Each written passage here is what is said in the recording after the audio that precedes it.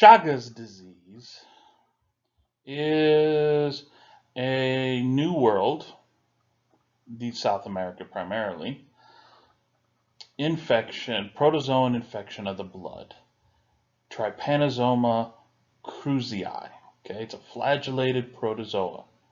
Okay, cruzi is closely related to Trypanosoma brucei, which is an African protozoan infection. Brucei causes sleeping disease in Africa. Cruzi causes what is known as Chagas disease here in the New World. Cruzi gets into the mud and blood muscles and blood cells and multiplies. Okay, one goes in, one gets in somehow. One becomes two, four, uses binary fission, rupture the muscle cells, rupture the blood cells, and then spreads and spreads. You start with what's known as the acute phase, okay? This is within a few days, few weeks of, infection, mild, fever that, depending on the person, mild to severe, so there's no set high fevers like we saw in previous diseases, nausea, fatigue. You get what's called a shikoma, okay? Small little ulceration at the site of the bug bite. Over time, you can get the chronic phase, okay? For most people, this is asymptomatic.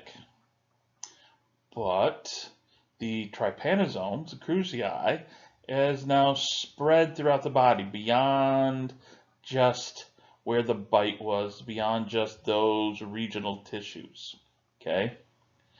Remember, one protozoa gets inside of one of your cells, spends time there, slowly multiplies, it bursts, and it spreads. Well, if it can infect muscle cells, well, not only is it infected muscle cells around your face, your lips, but given time and spread during the chronic phase, it can spread to the muscles of the heart, muscles of the intestinal tract. It can also, given time, spread and cross the meninges and get into the central nervous system. Finally, we have a disease that's not flea, mosquito, or tick. It is spread by a bug called triatomines. Okay? Triatomines, as you see there on the right, this comes in for a blood meal, and for whatever reason, the site that they prefer for their blood meal is around the lips, highly vascularized in those areas. Thin epidermis around your lips. So they can come in, they bite around the mouth while you're asleep, take their blood meal, pass in the protozoa, and off they go. Hence, kissing bug is what they're, the lay term for this, the common name for these guys.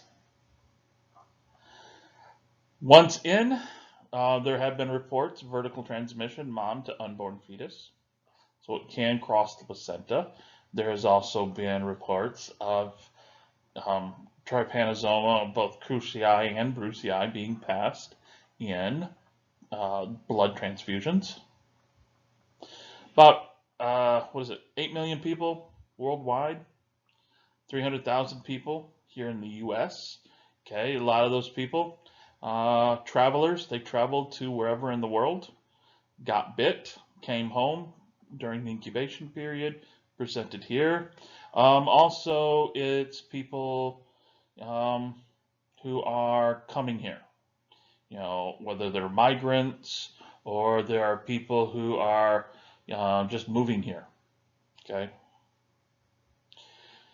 We try to screen blood. This is one of the things we're looking for when we're screening blood, and they ask, have you been traveling or anything like that. They're trying to see if there's a reason that this needs to be tested for.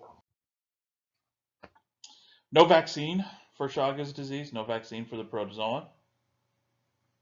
What they do in many countries is they spray pesticides, try to keep the bug population in check, especially around homes. Minimize the bugs in the presence, near and around the homes, minimize the chance of getting bit. Treatment, you have to catch it in the acute phase before it spreads throughout the body, okay? Very few drugs are available that work, and to get them, you have to go through the CDC, okay? These drugs are not going to be ones that you can get at the local pharmacy. During the chronic phase, once it's spread and the protozoa is now throughout the body, infecting muscles and other cells throughout the body, most of the time people are going to be, asymptomatic. If they are symptomatic, it's supportive therapies, okay? There's going to be muscle damage, there's going to be heart damage. There's really not much you can do except, support, treat, try to minimize long-term issues.